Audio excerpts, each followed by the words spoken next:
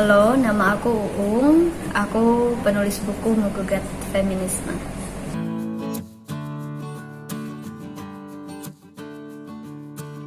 Iya, siap.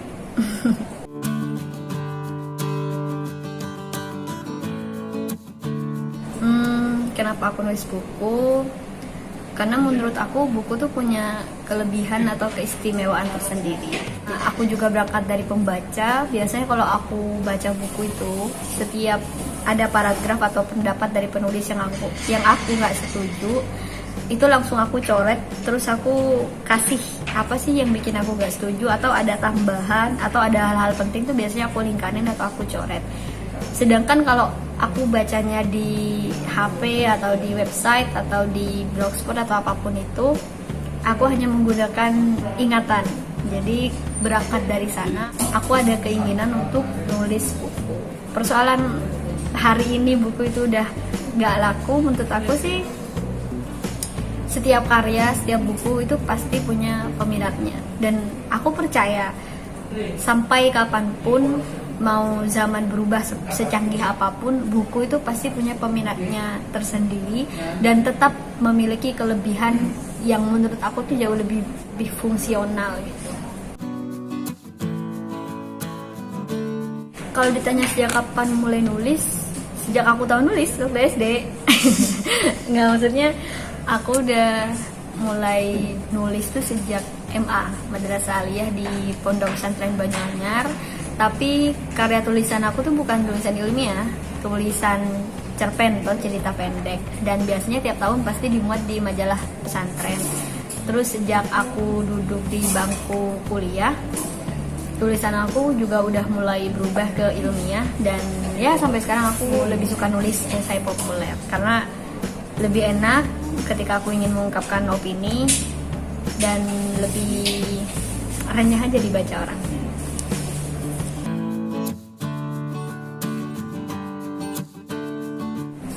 Apa ya, setiap penulis itu pasti menuliskan sesuatu yang dia tidak jauh dari dirinya kan, dari penulisnya. Dan karena aku tipe orang yang aktif, mulai dari SD sampai aku kuliah, aktif di berbagai organisasi sampai aku mencalonkan sebagai ketua baik di intra atau di ekstra, aku mendapatkan berbagai cobaan yang itu isunya seputar jenis kelamin. Kayak aku pernah nyalon di intra kampus, isu yang berkembang itu mana mungkin kita mau dipimpin oleh seorang perempuan.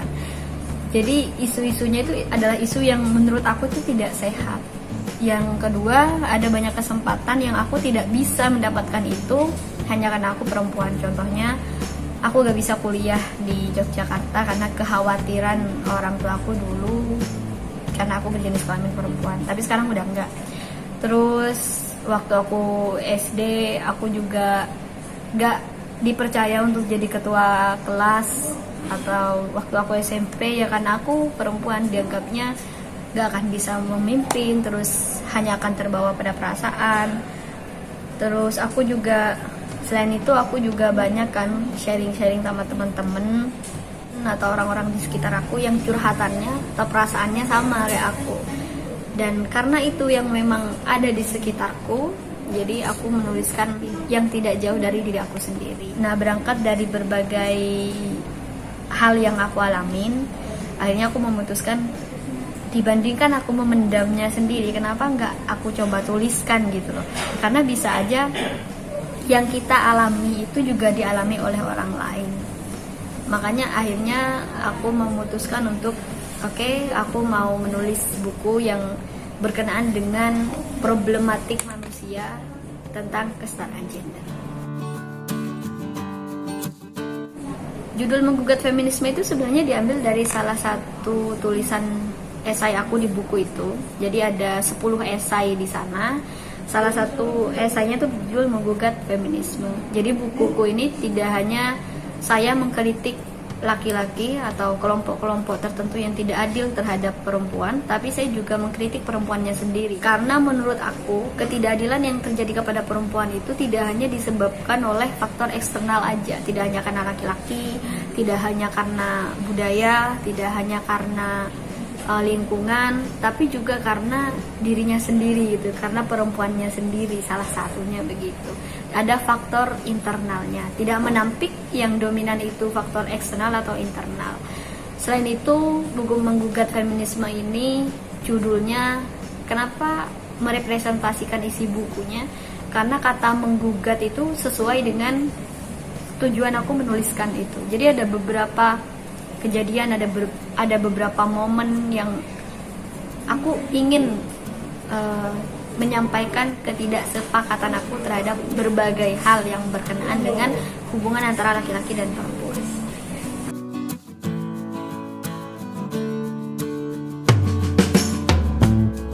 Yang menjadi banyak inspirasi, yang pertama adalah perempuan itu sendiri, baik itu diriku, teman perempuan, sahabat perempuan, guru perempuan, pokoknya semua perempuan di sekeliling aku.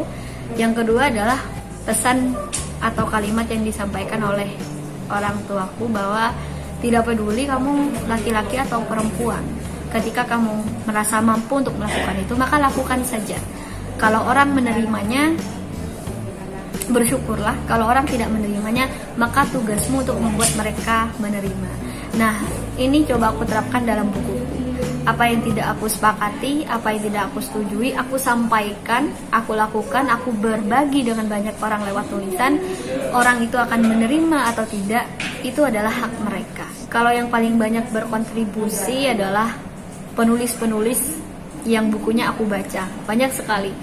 Terutama seperti Nazaruddin Umar, Fatimah Mernissi, dan banyak deh, pokoknya nggak bisa aku sebutin satu-satu.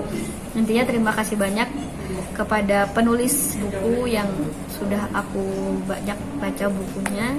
Terus yang paling berkontribusi juga kalau dari segi editingnya itu adalah Kak Saiful Rahman, karena selama 2 malam saya sama beliau mengkaji betul paragraf per paragraf, apakah ini udah pas atau tidak, apakah ini sesuai atau tidak, apakah ini esensial atau tidak, dan itu tanpa dibayar. Jadi Kak Saiful Rahman tuh juga penulis lebih dari 14 buku, editor juga, dan mentor kepenulisan juga di Media Guru Surabaya. Terima kasih banyak Kak Saiful. Terus yang berkontribusi yang ketiga ya pastinya penerbit dong, Halaman Indonesia. Terima kasih Halaman Indonesia. Semoga sukses selalu.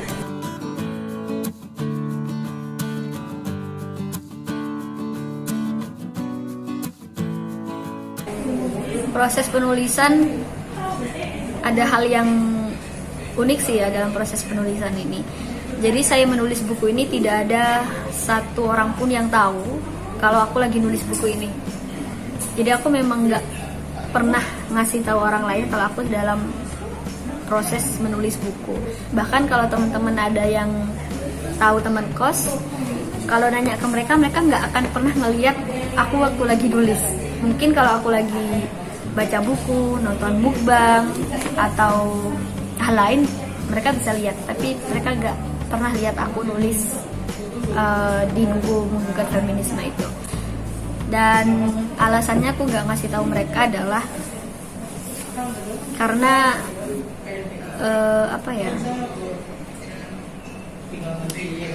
yang pertama, aku ada ketakutan itu gak akan pernah selesai. Yang kedua, karena itu adalah tanggung jawab diri aku sendiri, target aku sendiri, dan aku juga yang harus menyelesaikan. Dan yang ketiga, aku tidak ingin memberikan ekspektasi lebih terhadap lingkungan aku. Kalau aku bisa melaksanakan itu, aku bisa menyelesaikan buku itu, maka waktunya mereka tahu. Proses penulisannya aku mulai sejak tahun 2018. Jadi pada awalnya teman-teman, aku tuh aktifnya bukan di kepenulisan, tapi di public speaking. Aku sering ikut lomba debat pendidikan, baik itu setingkat universitas, kabupaten, setingkat Jawa dan Bali, setingkat nasional. Dengan berbagai banyak kegagalan, akhirnya aku mampu jadi juara 1 lomba debat pendidikan sekaligus Best Speaker Nasional. Nah, target Best Speaker Nasional ini adalah hal yang akhirnya membuat aku menantang diri aku sendiri. Oke, kamu udah mencapai target di Best Speaker Nasional dalam lomba pendidikan, waktu itu di UIN Syarif Hidayatullah Jakarta. Sekarang kamu harus cari bidang yang lain yang kamu bisa. kenapa nggak kamu nulis, kamu bikin buku, kamu sampaikan apa yang menjadi kegelisahan kamu selama ini kepada banyak orang. Dan aku menerima tantangan yang aku buat sendiri gitu. Oke, setelah aku pulang ke Madura, aku mau nulis. Dan proses itu memakan waktu 1 tahun. Tapi kalau ditanya sejak kapan membaca, menambah referensi, merenungi itu sejak pertama kali masuk kampus, aku udah suka baca buku tentang feminisme. Tantangannya adalah ketika kamu sedang menulis, orang lain kan nggak tahu proses kita. Jadi ada beberapa kalangan terdekat aku yang pernah bikin aku kecewa juga. Salah satunya mereka melihat aku tidak produktif. Kemana kok setahun ini gak produktif, udah gak ikut lomba, udah ini itu gitu. All in all sih mereka sebenarnya peduli bilang kayak gitu. Tapi di sisi yang lain ada rasa kekecewaan. Kenapa ya circle aku tuh nggak percaya kalau ketika aku diam itu bukan berarti aku diam beneran. Ada sesuatu yang aku susun, aku rencanakan, dan aku targetkan. Tantangan selain itu adalah tentunya rasa malas dan rasa ingin menyerah ya. Rasa malas itu karena kita harus selalu menambah referensi, kita lagi gak mood buat nulis tapi dipaksakan. Terus selama masa menulis itu kan bukan waktu yang sebentar, 1 tahun itu kan prosesnya panjang ya. Dan ketika rasanya itu kayaknya aku nggak sampai finish ya, ada rasa berarti aku nggak bisa nulis, ada rasa ingin menyerah, udah sampai sini aja, aku udah berusaha, jadi cukup di sini, ada perasaan kayak gitu. Tapi aku selalu meyakinkan ketika kita memulai sesuatu jangan pernah setengah-setengah, capai sampai tuntas, capai sampai finish. Dan berkat dari kesabaran itu juga akhirnya buku aku bisa selesai. Dan selesainya itu, terbitnya bukuku kan Agustus 2020. Sebenarnya itu bisa saja diterbitkan sebelum Agustus 2020, tapi karena ada hal yang membuat aku galau, apakah buku ini layak, ada ketakutan untuk para penulis pemula ya, apakah karya aku ini layak untuk dibaca umum, apakah karya aku ini bermanfaat. Takutnya cuma ya sekedar terbit kemudian gak ada yang baca gitu. Tapi akhirnya aku memantapkan diri, karena bagiku adalah setiap karya adalah anak-anakku, dan anak-anakku punya takdirnya masing-masing, tulisanku punya pembacanya sendiri. Next.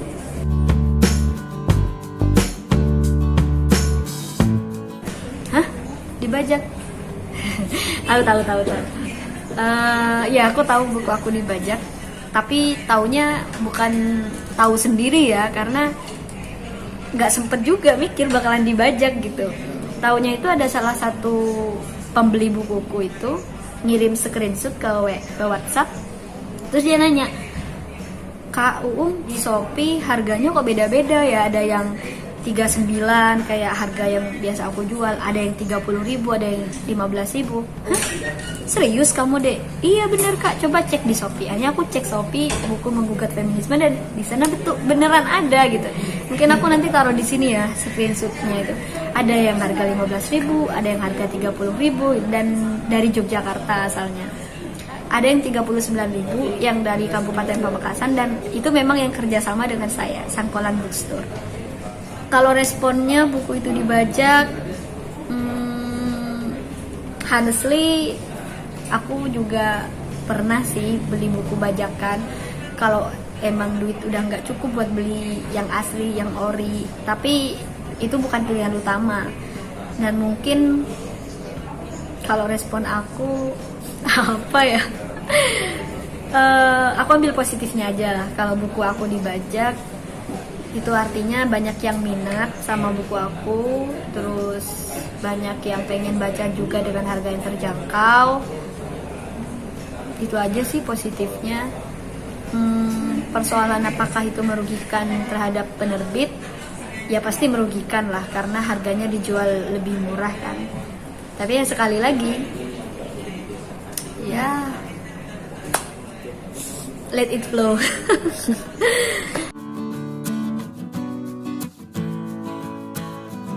Nah, kalau itu jangan nanya ke saya, nanya ke yang ngebajak.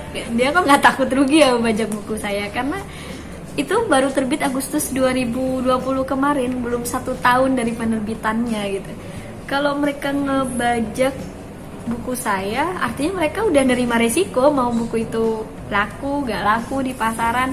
Tapi ya setiap orang yang memutuskan untuk ngebajak, mereka punya prediksi buku itu bakalan laku. Dan semoga beneran, tapi yang laku semoga bukan yang bajakan, yang ori. Iya gak sih?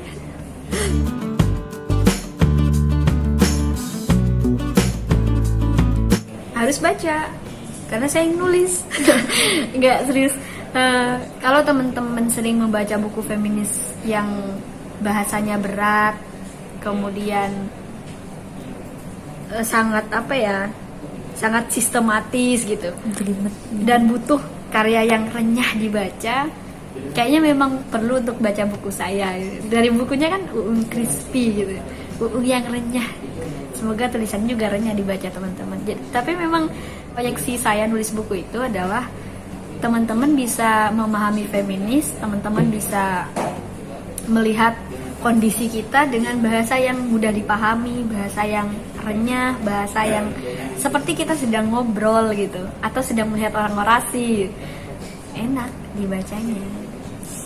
Tapi kalau teman-teman suka gitu, aku gak bisa jamin juga teman-teman bakalan suka. Tapi honestly, kalau teman-teman ngerasa ada sesuatu yang berbeda yang dialami oleh perempuan, dan teman-teman ngerasa bahwa hal itu tidak hanya disebabkan oleh laki-laki tapi juga perempuannya yang berkontribusi, teman-teman harus baca bukuku, karena salah satunya di sana aku kasih bocoran ada yang Cinderella Syndrome. Jadi aku mengkritik perempuan-perempuan yang memiliki keinginan untuk punya suami yang kaya, punya mobil. Sampai situ aku nggak menyalahkan, tetapi salah kalau kita hanya mengharapkan laki-laki yang kaya, yang punya mobil, tetapi kita tidak berharap pada diri kita sendiri gitu. Jangan sampai doa kita adalah doa supaya punya suami yang kaya. Doa kita tuh harus, ya Allah, semoga saya kaya dan saya menjadi dermawan. Di situ kan tentang mindset, tentang pola pikir. Dan kebanyakan di tulisan saya itu adalah mengkritik terhadap pola pikir yang sampai berbuah pada tindakan. Kalau teman-teman merasa itu penting untuk dibaca, harus beli buku saya.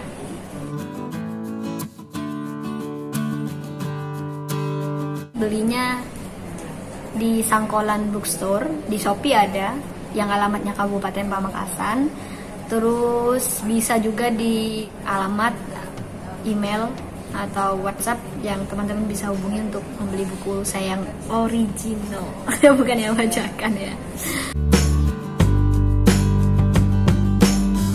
Hasil penjualan bukunya untuk saya beli buku lagi, nambah referensi lagi, terus sedikit banyak ya untuk orang tua juga, ya karena aku juga anak rantau, ya untuk makan sama uang jajan lah.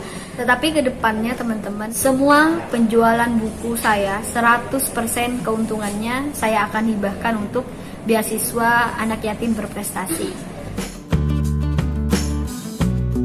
Pertama, aku ada keinginan untuk melanjutkan pendidikan, tetapi sampai saat ini belum bisa mencapai target itu, ya karena alasan ekonomi. Dan seperti prinsip aku dalam buku Menggugat Feminisme, ketika kita tahu ada sesuatu hal yang tidak adil, kalau kita tidak merasakannya dan itu dirasakan oleh orang lain, maka kita bertugas untuk membantu orang lain tersebut agar keluar dari ketidakadilan itu. Kalau kita yang mengalaminya, maka pastikan orang lain tidak akan mengalami hal yang sama. Nah, saya memang terkendala ekonomi untuk melanjutkan pendidikan salah satunya. Dan karena itu saya berkeinginan agar adik-adik saya, terutama yang yatim piatu, semoga bisa tetap melanjutkan pendidikan mereka ke depan dengan hasil donasi saya. Kenapa saya menjadikan ini konten YouTube? Karena saya ingin tidak hanya saya atau di dekat-dekat saya saja yang memiliki niat baik ini. Saya ingin subscriber saya, orang-orang yang menonton video ini, untuk juga mau berpartisipasi, membeli buku sekaligus beramal untuk pendidikan anak yatim. Dan teman-teman juga bisa men-share video ini, karena semakin banyak bertemu dengan orang baik lainnya, niat kita untuk membantu meringankan beban pendidikan mereka akan lebih mudah dicapai. Kalau saya dan teman-teman merasakan nikmatnya berpendidikan, indahnya punya banyak wawasan dan keilmuan, marilah kita membantu adik-adik kita yang yatim piatu untuk mendapatkan kesempatan yang sama seperti kita mengenyam pendidikan.